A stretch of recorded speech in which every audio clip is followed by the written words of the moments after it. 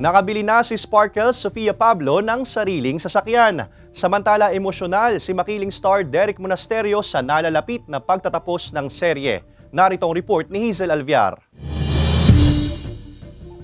Passenger princess no more ang Sparkle star na si Sofia Pablo dahil matapos lang ang kanyang debut noong nakaraang linggo, nakabili na siya ng sarili niyang sasakyan. Ilang celebrities naman ang nagpaabot ng kanilang pagbati, kabilang na syempre ang kanyang on-screen partner na si Allen Ansay na muli niyang makakatambal sa kanilang upcoming series.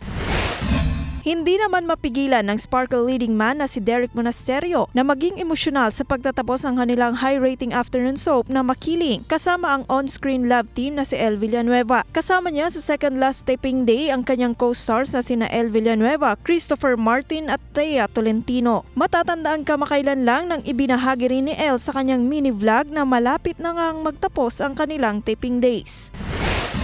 Samantala may bago kang aabangan sa GMA Prime dahil ang sexy actress na si Angela Kang magiging bahagi ng Black Rider. Gaganap siya dito bilang si Nympha. Sa isang teaser video na inilabas ng programa, makikita ang karakter ni Angela na patakbo-takbo at paikot-ikot habang nakasuot ng puting kamison. Sino kaya si Nympha at ano ang papel niya sa buhay ni Elias? Abangan yan sa Black Rider pagkatapos ng 24 oras.